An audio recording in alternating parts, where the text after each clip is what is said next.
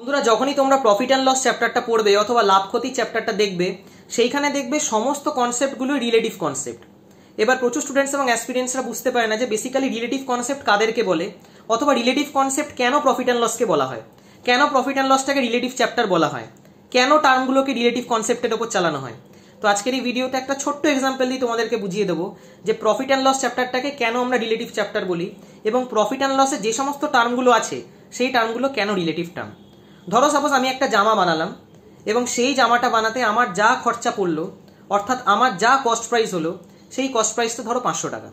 একটা সাপোজ আমি জামা বানালাম যেটার দাম 500 টাকা।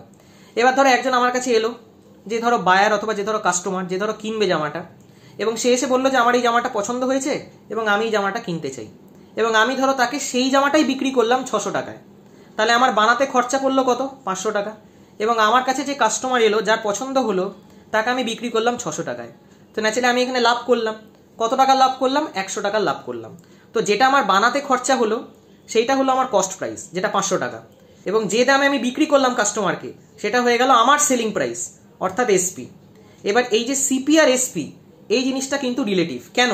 কারণ যে ধরো কাস্টমার আজকে নিল জামাটা 600 টাকা দিয়ে, সে যদি আরেকজনকে বিক্রি করে, সাপোজ ধরো সে বাড়িতে গেল অথবা বাড়ি যাওয়ার পথে তার সাথে আরেকটা বন্ধুর দেখা হয়ে গেল এবং সে বললো, বাহ তুই যে জামাটা নিয়ে ফিরছিস খুব সুন্দর দেখতে জামাটা, তো আমি ওই জামাটা কিনতে চাই। এবং সে বললো যে ঠিক আছে তুই নিয়ে নে, এবং সে ধরো তার বন্ধুকে 650 টাকায় বিক্রি করলো। তাহলে সে কত দামে কিনেছিল আমার থেকে? 600 টাকায় কিনেছিল, এবং সে যখন তার বন্ধুকে ওই জামাটাই 650 টাকায় বিক্রি করলো তাহলে তার প্রফিট হলো কত? 50 টাকা।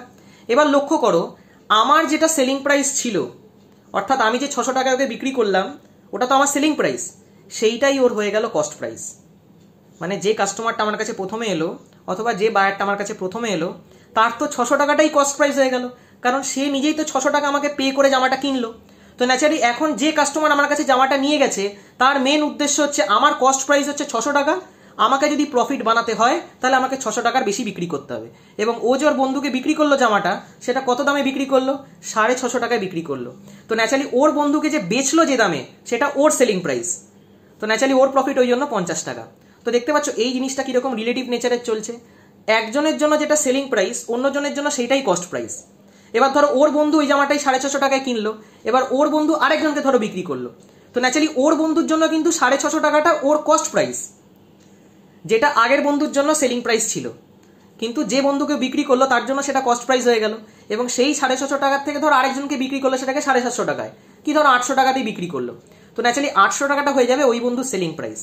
আবার যে 800 টাকা দিয়ে কিনবে সেই 800 টাকাটা হয়ে যাবে আরেকজনের কস্ট প্রাইস। তো ন্যাচারালি এইরকমভাবেই প্রফিট অ্যান্ড লস ভ্যারি করে, এবং এই জন্য এটাকে রিলেটিভ চ্যাপ্টার বলা হয়। তোমার জন্য যেটা কস্ট প্রাইস সেটা অন্যজনের সেলিং প্রাইসও হতে পারে, তোমার জন্য যেটা সেলিং প্রাইস সেটা অন্যজনের কস্ট প্রাইসও হতে পারে। এইভাবে প্রফিট অ্যান্ড লস চ্যাপ্টারটাকে ভিজুয়ালাইজ করো এবং এইভাবে পড়ো, দেখবে পড়তে খুব মজা পাবে। এবং প্রফিট অ্যান্ড লসে যে কটা টার্ম আছে বন্ধুরা, সমস্ত টার্মগুলোই পার্সেন্টেজের ওপর আছে। পার্সেন্টেজ ইনক্রিজ মানেই প্রফিট পার্সেন্টেজ, পার্সেন্টেজ লস মানেই লস পার্সেন্টেজ। তো ন্যাচারালি তোমরা পার্সেন্টেজ যদি ভালো করে না শেখো তাহলে প্রফিট অ্যান্ড লসও ভালো করে বুঝতে পারবে না। ওই জন্য আমার সাজেশন এইটাই হবে যে সবসময় প্রফিট অ্যান্ড লস চ্যাপ্টারটা পড়ার আগে পার্সেন্টেজ চ্যাপ্টারটা খুব ভালো করে শেখো, কারণ পার্সেন্টেজের ওপর পুরোপুরি প্রফিট অ্যান্ড লস বেস করা আছে। পার্সেন্টেজও তোমরা সবাই জানো রিলেটিভ কনসেপ্টের ওপর চলে, অন দ্য বেসিস অফ 100-এর ওপর হয়। প্রফিট অ্যান্ড লসটাও তাই, পুরোপুরি রিলেটিভ কনসেপ্টের ওপর চলে, এবং সেটার একটা ছোট্ট এক্সাম্পল দিয়ে তো আমি বলেই দিলাম। বাকি আশা করি তোমাদের প্রিপারেশন সবারই খুব ভালো চলছে। ভিডিওটা যদি তোমাদের ভালো লেগে থাকে তাহলে অবশ্যই লাইক এবং বন্ধুদের সাথে শেয়ার করো। আর যদি তোমাদের কোথাও গাইডেন্স লাগে তো তোমরা গাইডেন্সও নিতে পারো। আমি নিজেও পার্সোনালি সমস্ত ব্যাংকিং এক্সামসের জন্য অনলাইনে ম্যাথস এবং রিজনিং পড়াই, তো তোমরা যদি চাও তো আমার সাথেও কন্ট্যাক্ট করতে পারো। আমার হোয়াটসঅ্যাপ নাম্বার 8617204564। তো যদি তোমরা গাইডেন্স চাও তাহলে কল করো না, হোয়াটসঅ্যাপ করো, কারণ কল অনেক সময় আমি ধরতে পারি না। আমি নিজে আইবিপিএস পিও এবং আইবিপিএস ক্লার্ক দুটো পরীক্ষাই ফার্স্ট অ্যাটেম্পটেই ক্লিয়ার করেছি। তো ন্যাচারালি তোমাদেরকে খুব ভালো করে গাইড করতে পারবো যে কি টেকনিক অফ সলভিং হওয়া উচিত, কিভাবে কনসেপচুয়াল ক্ল্যারিটি আসা উচিত যে কোনো চ্যাপ্টারে, যাতে করে চ্যাপ্টারটা পড়তে আমাদের মজা আসে। যে কোনো চ্যাপ্টার যখনই আমরা পড়বো সেই চ্যাপ্টারটার পেছনে কেন পড়বো সেই কেনটা ক্লিয়ার হওয়াটা খুব ইম্পর্টেন্ট, নাহলে চ্যাপ্টারটা পড়তে মজা পাবে না। এবং চেষ্টা করো বন্ধুরা তার কাছ থেকেই গাইডেন্স নেওয়ার যে অলরেডি এই ফিল্ডে সিলেক্টেড, যাতে তার টেকনিক অফ সলভিং, তার বোঝানো, তার কনসেপচুয়াল ক্ল্যারিটি যাতে ভালো করে শিখতে পারো। তো এই ছিল আজকের ভিডিও। বাকি ভিডিওটা যদি তোমাদের ভালো লেগে থাকে তাহলে অবশ্যই লাইক এবং বন্ধুদের সাথে শেয়ার করো। Thank you.